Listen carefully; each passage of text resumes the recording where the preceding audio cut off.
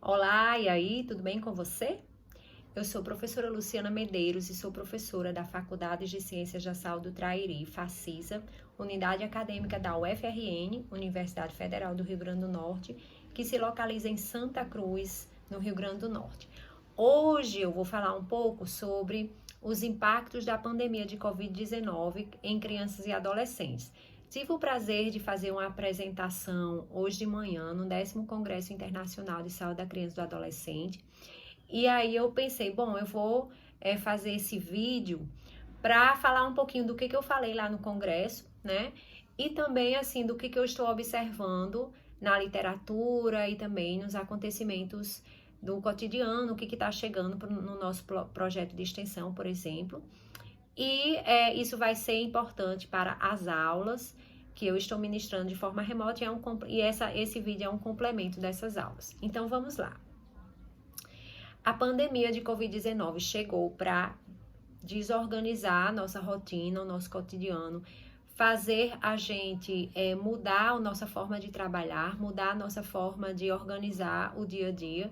As crianças precisaram deixar de ir para a escola, né? As escolas foram fechadas desde março e algumas retornaram no meados de setembro, mas oscilando, né? Tem alguns momentos que as crianças conseguem ir para a escola e outros momentos as aulas são suspensas em função de algum tipo de suspeita de Covid em alguns dos parentes das crianças ou da própria criança. Então, assim, e tem crianças que estão totalmente sem ir para a escola, ou porque a escola realmente não teve condições de manter o ensino remoto, ou porque o pai ou a mãe decidiu tirar a criança da escola. O fato é que as crianças estão sofrendo uma situação como nunca antes a gente teve conhecimento, né? Claro que existiram outras pandemias há vários anos atrás, mas, sei lá, no início do século, né? Teve a gripe espanhola e tal. Mas o que a criança está sentindo é o seguinte, assim, primeiro impacto, né? O impacto é a falta de socialização com os amigos, com os coleguinhas. Então, elas estão mais dentro de casa, elas precisaram se adaptar às aulas remotas, elas precisaram ficar convivendo 24 horas por dia com os pais ou responsáveis ou cuidadores. E aí essas crianças, elas estão perdendo essa coisa da socialização, né? De trocar com colegas da mesma idade, né? Algumas outras crianças e adolescentes deixaram de praticar os esportes que praticavam nas escolas, competições, momentos de lazer, atividades lúdicas que normalmente elas fazem em grupo, elas estão sem essa experiência. Então, isso tem um impacto no desenvolvimento delas e pode ter também um impacto na saúde mental, né? Dependendo de como está sendo essa criança, como é que está sendo o cotidiano dessa criança em casa. Como assim, né? Como é que um cotidiano pode ser ruim para a criança? Vamos analisar. Se essa criança ela já tinha uma história familiar, né, com algumas dificuldades, com conflitos, ou até mesmo ela vive em situação de vulnerabilidade, por exemplo, é uma família muito desorganizada, que não consegue prover o sustento emocional dessa criança, é uma família que passa por muitas privações materiais, isso faz com que a criança ela não tenha acesso às necessidades básicas dela, por exemplo. Tudo isso vai ter um impacto ainda maior nessa criança que está sem ir para a escola, que está sem encontrar com os amigos e que está sofrendo também os impactos da pandemia. Por exemplo, medo de adoecer, medo de ver os seus pais adoecerem, né? Algumas famílias já tiveram perdas, né? De pessoas que morreram por Covid-19, então há o luto. Tudo isso aí vai ter um impacto na saúde mental da criança. Então, para algumas, vai ser maior esse impacto. Para outras vai ser menor, mas ainda assim a gente pode ter, por exemplo, crianças que ficam mais agitadas, que têm mais dificuldade de dormir à noite, que têm mais dificuldade de se alimentar, que ficam ansiosas, que desenvolvem medos que antes elas não tinham. Pode ter também crianças que fiquem muito mais tempo diante da tela, né, diante de celulares, computadores, etc. Por quê? Porque se elas vivem, por exemplo, num ambiente mais fechado, menor, né, um apartamento pequeno, uma casa pequena, onde ela não tem como sair, né, como se mexer, como correr, como pular, como brincar, Então, ela vai ter uma tendência a ficar mais tempo diante da tela. E assim, esse tempo todo diante da tela pode ter um impacto ruim, né? Um impacto negativo no sentido dela ficar mais estressada, dela ficar mais agitada, dela ter mais dificuldades para dormir. E também o fato de, assim, ela absorver muitas coisas que podem ter na internet que muitas vezes não são tão saudáveis assim para ela, sabe? Então, elas podem apresentar alguns comportamentos diferentes do que antes ela apresentava. Ela pode ficar mais agitada, ela pode ficar mais ansiosa, ela pode ficar mais chorosa. Então, a gente precisa prestar atenção nesses detalhes, né? Para que a gente possa cuidar disso. Aí eu chamo a atenção para a importância dos pais ou dos responsáveis da criança nesse momento. Os pais precisam também se cuidar para que eles possam dar suporte a essa criança. Acolher essa criança que tem medo, que tem raiva, que tá chateada porque não pode sair de casa ou porque não está encontrando com os amigos na escola.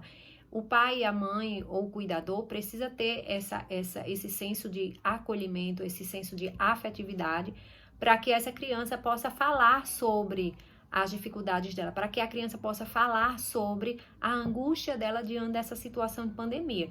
Se a criança percebe o adulto angustiado, aperreado, desnorteado, ela também vai sentir isso, só que de forma muito maior, porque ela ainda não tem os recursos internos psíquicos suficientes para lidar com essas situações de estresse, sabe? Então, a gente precisa trabalhar como adulto também para que a gente consiga desenvolver a resiliência na gente e na criança, que está sob nossos cuidados. Então, a gente acolher esses sentimentos, a gente ouvi-la, né? A gente conversar com ela sobre a pandemia, sobre a realidade dos fatos. Não precisa ser aquela coisa sensacionalista de deixar ela super apavorada, né? Que às vezes algumas informações da televisão passam isso pra gente. Então, a gente precisa filtrar melhor as informações, a gente precisa cuidar mais para que essa criança, ela não desenvolva essa angústia, sabe? Dessas informações não filtradas. Mas, ao mesmo tempo, a gente também não vai negar a informação. A gente precisa conversar com elas, cada uma no seu tempo, né? Cada uma na sua linguagem, para que ela saiba do que está acontecendo, né? Para que ela saiba, por exemplo, que é importante usar máscaras. É importante usar máscaras, né? Por mais que às vezes as pessoas digam, ah, não, mas a máscara, você pega ela de qualquer jeito, a criança não gosta de usar, eu fico sem respirar, mas assim, ainda é o que a literatura aponta, né? O mundo científico aponta como a principal barreira para conter minimamente o vírus. Então, é muito importante que a gente incentive o uso de máscaras, lavar as mãos, usar álcool gel, né? E ao mesmo tempo a gente poder acolher esses sentimentos, acolher essas angústias que vão aparecer, estão aparecendo nas crianças e nos adolescentes, tá certo? Para tentar o quê? Minimizar o máximo possível esse impacto tão negativo sobre a nossa saúde mental. Sim, estamos todos sofrendo, né? Algumas pessoas com perdas financeiras, outras pessoas com perdas na família de pessoas, outras pessoas porque estão com excesso de trabalho, tiveram que adaptar seu trabalho, e aí vem muitos questionamentos, muitas implicações.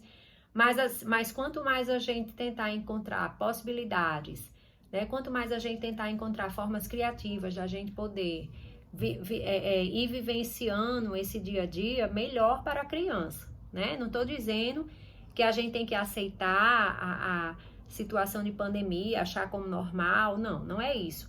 Mas é a gente tentar encontrar maneiras de, enquanto as coisas não vão resolvendo, né, não vão se organizando, né, enquanto não tem uma vacina, ou enquanto não diminui o número de contágio, a gente precisa fazer a nossa parte.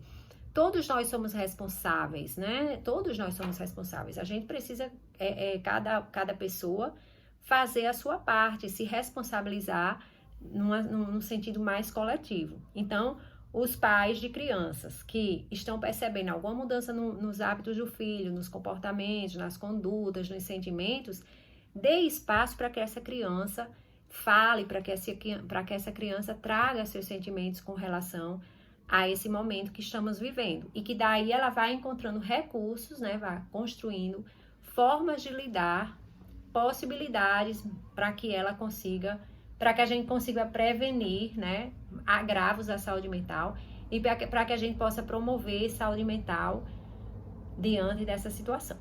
Bom, é isso. Se vocês tiverem perguntas, coloquem aí nos comentários ou na aula. Perguntem, conversem e a gente se fala, tá bom? Tchau, tchau. Muito obrigada e até a próxima.